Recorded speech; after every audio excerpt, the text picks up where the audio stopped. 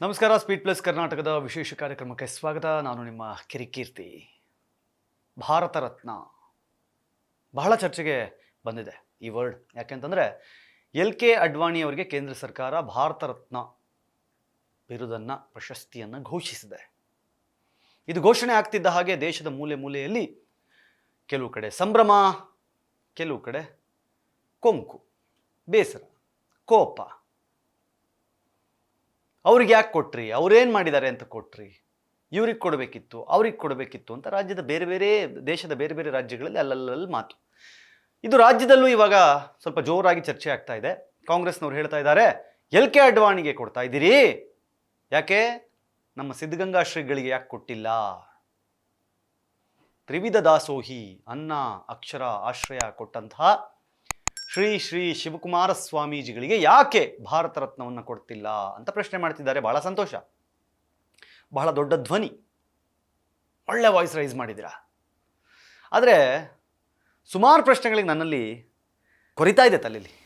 ಅಂದರೆ ಗೊತ್ತಾಗ್ತಾ ಇಲ್ಲ. ಅಂದರೆ ಹೌದು, ನೀವು ಇವಾಗ ಕೇಳ್ತಾ ಇದ್ದೀರಾ ಕರೆಕ್ಟು, ಬಟ್ ಈ ಹಿಂದೆ 2004ರಿಂದ 2014ರವರೆಗೆ ನಿಮ್ಮದೇ ಸರ್ಕಾರ ಇತ್ತಲ್ಲ ಕೇಂದ್ರದಲ್ಲಿ, ಯಾಕೆ ಕೊಡಲಿಲ್ಲ ಆವಾಗ ಅಂತ. 2007ರಲ್ಲಿ ಕರ್ನಾಟಕದಲ್ಲಿ ಅವರಿಗೆ ಕರ್ನಾಟಕ ರತ್ನ ಕೊಟ್ಟರು. ಯಾರಿಗೆ? ಸಿದ್ಧಗಂಗಾ ಶ್ರೀಗಳಿಗೆ.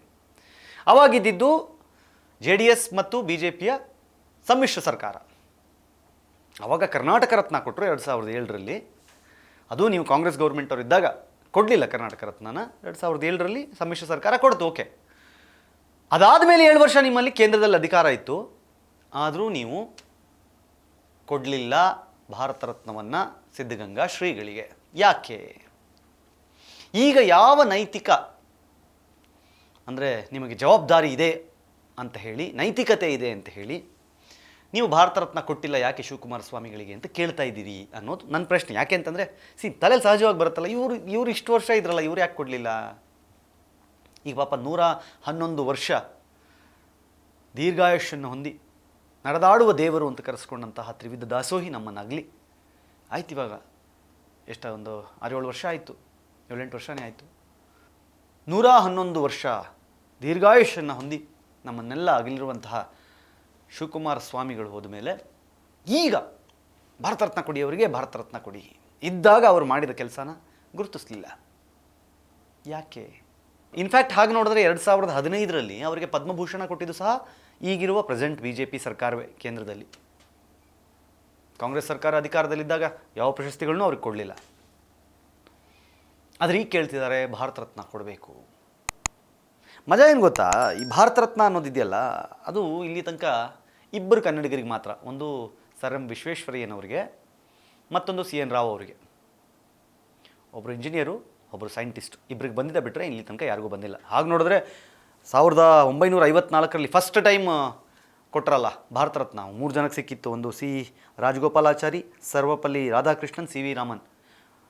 ಆ ಕಾಲಕ್ಕೆ 3 ಜನನೂ ತಮಿಳ್ನಾಡಿನವರೇ, ಅಂದರೆ ತಮಿಳ್ನಾಡು ಮೂಲದವರು. ಅಂದರೆ ಭಾರತದ ಅನರ್ಘ್ಯ ರತ್ನಗಳು ಬಿಡಿ, ಅದರಲ್ಲಿ ಎರಡನೇ ಮಾತಿಲ್ಲ. ಹಾಗಾಗಿ ಅವಾಗವಾಗ ಕೂಗು ಬರ್ತಾ ಇರುತ್ತೆ, ದೇವೇಗೌಡರು ಕೊಡಬೇಕು, ಶಿವಕುಮಾರ ಸ್ವಾಮಿಗಳಿಗೆ ಕೊಡಬೇಕು, ಅವ್ರಿಗೆ ಕೊಡಬೇಕು, ಇವ್ರಿಗೆ ಕೊಡಬೇಕು. ಎಸ್, ನಡೀಲಿ, ಬರಲಿ. ಆದರೆ ನಿಮ್ಗೆ ಅವಕಾಶ ಇದ್ದಾಗ ಯಾಕೆ ಕೊಟ್ಟಿಲ್ಲ? ಬಟ್ ನಿಮ್ಗೆ ಅವಕಾಶ ಇದ್ದಾಗ ನೀವೇನೇನು ಮಾಡಿದ್ರಿ ಅಂತಲೂ ಹೇಳ್ತೀನಿ.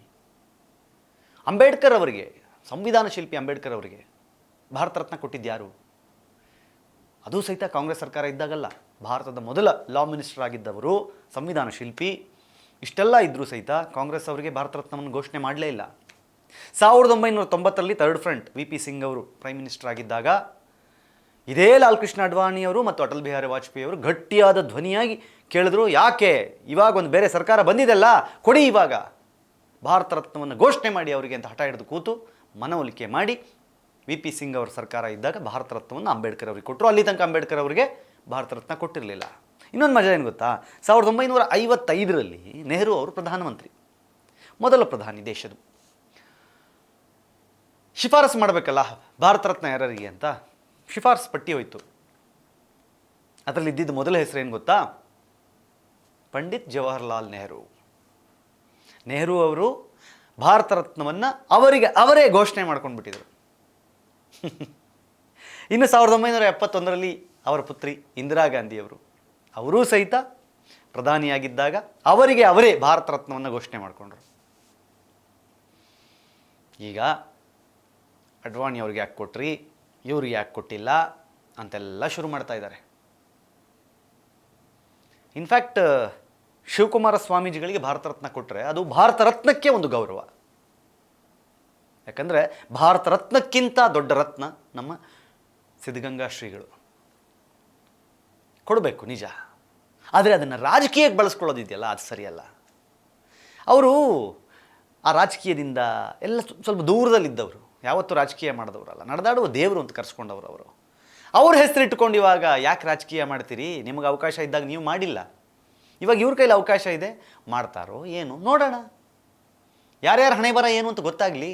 ಆದರೆ ಈ ವಿಷಯ ಇಟ್ಕೊಂಡು ಪೊಲಿಟಿಸೈಸ್ ಮಾಡಬೇಡಿ. ಭಾರತ ರತ್ನ ಅನ್ನೋದು ಒಂದು ಪ್ರತಿಷ್ಠಿತ ಗೌರವ, ಭಾರತದ ಅತ್ಯುನ್ನತ ಪ್ರಶಸ್ತಿ, ಅದಕ್ಕೊಂದು ಸ್ಥಾನಮಾನ ಇದೆ, ಅದಕ್ಕೊಂದು ಗೌರವ ಇದೆ. ಆ ಒಂದು ಬಿರುದನ್ನು ಯಾರೇ ಬಿರುದಾಂಕಿತರಾದರೂ ಅವರಿಗೆ ಸಲ್ಲಬೇಕಾದ ಎಲ್ಲ ಮರ್ಯಾದೆಯನ್ನು, ಗೌರವವನ್ನು ನಾವು ಸಲ್ಲಿಸಬೇಕು. ಅದು ನಮ್ಮ ಕರ್ತವ್ಯ. ಅದನ್ನು ಬಿಟ್ಟು ಇವನೇಂದ ಬಾಕಿದ್ದಾನೆ ಅಂತ ಯಾರೋ ಹಾಕೋದು, ಇವರೇಂದ ಮಾಡಿದ್ರು ಅಂತ ಕೊಟ್ಟಿರೋದು, ದೇಶದಲ್ಲಿ ಹಿಂದೂ ಮುಸ್ಲಿಮ್ನ ಹೊಡೆದವ್ರಿಗೆ ಕೊಟ್ಟರು ಅನ್ನೋದು ಬಿಡ್ರಿ, ಸಾಕು ರೀ.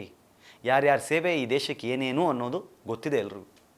ಯಾರ್ಯಾರು ಯಾವ್ಯಾವ ಕಾರಣಕ್ಕೆ ತಗೊಂಡ್ರು, ಯಾರ್ಯಾರು ಯಾವ್ಯಾವ ಕಾರಣಕ್ಕೆ ಕೊಟ್ಟರು, ಭಾರತ ರತ್ನ ಎಲ್ಲ ನೋಡಿದೆ, ಇತಿಹಾಸ ಬಂದಿದೆ. ಗೌರವಿಸಿ. ಭಾರತ ರತ್ನ ನಮ್ಮ ಶ್ರೀಗಳಿಗೆ ಸಿಗದೇ ಇದ್ದರು ಅವರು ನಮಗೆ, ನಾನು ಹೇಳಿದ್ನಲ್ಲ, ಅನರ್ಘ್ಯ ರತ್ನ, ಭಾರತ ರತ್ನಕ್ಕಿಂತ ಅಮೂಲ್ಯವಾದ ಅನರ್ಘ್ಯ ರತ್ನ ಅವರು. ಅವ್ರ ಹೆಸರಲ್ಲಿ ರಾಜಕೀಯ ಮಾಡಬೇಡಿ, ಅದು ಅಸಹ್ಯ. ನೋಡ್ತಾ ಇರಿ ಸ್ಪೀಡ್ ಪ್ಲಸ್ ಕರ್ನಾಟಕ. ಇದು ನಿಮ್ಮಿಂದ ನಿಮಗಾಗಿ, ನಿಮಗೋಸ್ಕರ. ಮತ್ತೆ ಸಿಗ್ತೀನಿ. ನಮಸ್ಕಾರ. Speed plus Karnataka.